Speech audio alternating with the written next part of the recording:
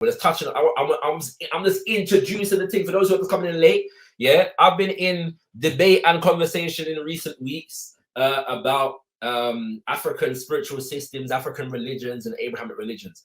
And as a part of all those debates, one thing that wasn't touched on sufficiently was African spiritual retentions in the Caribbean.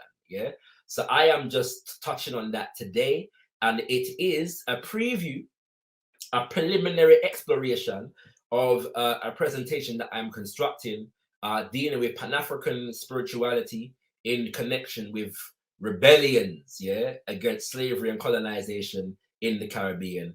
And I'm going to be doing that next month, hopefully. All right. So I wanted to do a preview, yeah, just lay the foundation, just to say these are some of the African spiritual systems in the Caribbean. And I'm drawing from the text, The History of Religions in the Caribbean by Dale Bisnoff, yeah. A second change, he says, that took place in the Caribbean was that the divinities of the different tribes became grouped together as enslaved Africans of different tribal backgrounds were made to live and work together on the same plantation.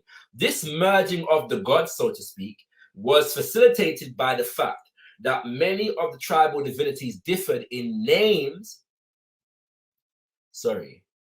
That while many of the tribal divinities differed in names, they shared almost identical attributes and functions. Thus, the Ewe, Zevioso, was for all sort of practical purposes identical with Shango of the Yorubas.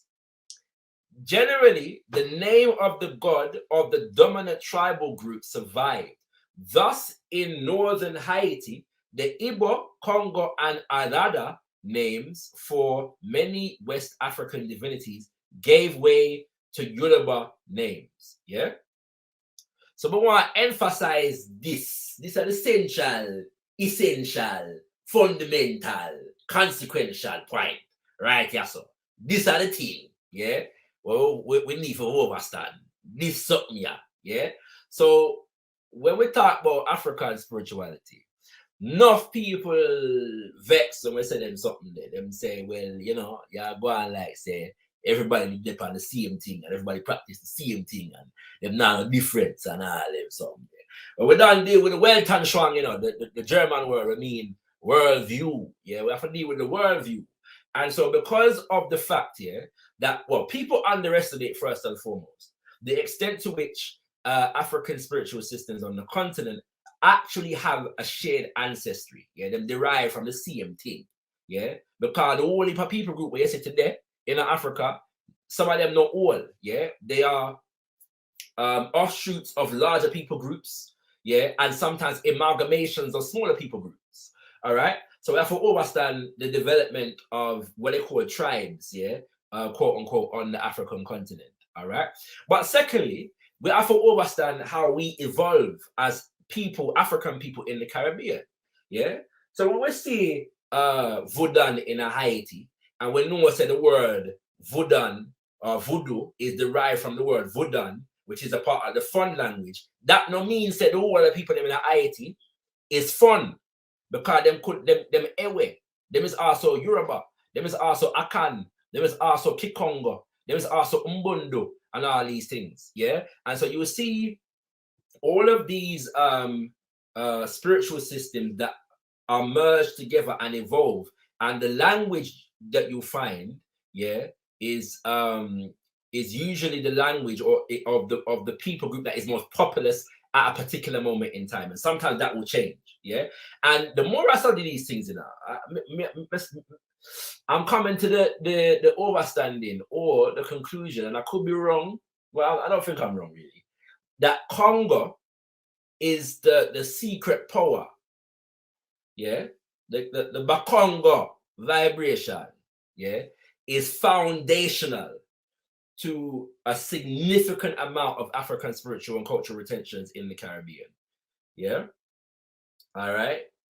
The Congo thing very serious. And obviously the Ifa and the Yoruba takes up a lot of space because of the language. Yeah. So we easily identify Shango and Eshu, and they're very widespread. But oftentimes there are some subtle Congo-isms, yeah, that we might miss. in that mix. All right, and so hopefully we'll get into that more in the fuller presentation, especially when we are dealing with the Kumina, the Kumina vibration coming out of Jamaica. All right. Don't worry, St. Lucia people. I'm still gonna get back to the Katumba. All on, tight, all on. You know what I mean? All on. And yeah, I'm soon done. Like I said, I want to stay long today. But if anybody does want to come live, let me know, and we'll have a bit of a conversation still. All right.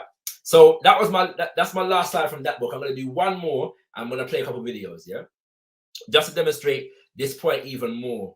In terms of sorry, I should say here, right? So when I talk about the Pan-African nature, the Pan-African nature of African spiritual retentions in the Caribbean, we're not just talk, we're not just laba, are some serious business we are dealing with. And practically, when we talk about Pan-Africanism, the unity of African people, our people group formation, our identity formation, and our culture in the Caribbean is inherently and unequivocally Pan-African in nature. We can't get away from that. Because we are not just Yoruba, we are not just Bakongo, we are not just Ewe, we are not just Igbo, we are not just Akan, we are not just Fon, we are not just Mande, we are the whole of them something there, and the evolution of all of them thing there, and there is no greater testimony to that than our spiritual systems, because the spiritual systems is where you're going to find the depth of the culture, the philosophy, the cosmology, the ethics, you know what I'm saying? Because if you look Pan Kumana now, you could just say, well, it's a dance, and you might say it's a ritual, but unless you go into the Kumana and you go into the language of the Kumana, you now get the full essence of the thing. You know, see? So when we do the fuller presentation, we want to go into the essence of the thing. We want to go behind the dance and wind up and drum up.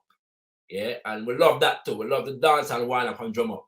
But the dance and the wind up and the drum up is symbolic, of a relationship with the universe, a relationship with the cosmos, a relationship with nature, a relationship with the ancestors, a relationship with each other and the wider community.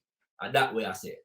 So we want to emphasize that point here. That Fiwi culture, whether we come from Jamaica, Trinidad, Montserrat, St. Lucia, Suriname, Belize, Guatemala, St. Vincent, Dominica, Haiti, Barbados. Fiwi culture is a Pan-African culture. We just have to know them something there and affirm them something there. Without fear, have favor. Now beg no friend who want vex. All right. So let's get to this. I'm gonna do one more slide. I'm gonna touch on some. We're gonna go to St. Croix and then we're gonna go to St. Lucia. For beautiful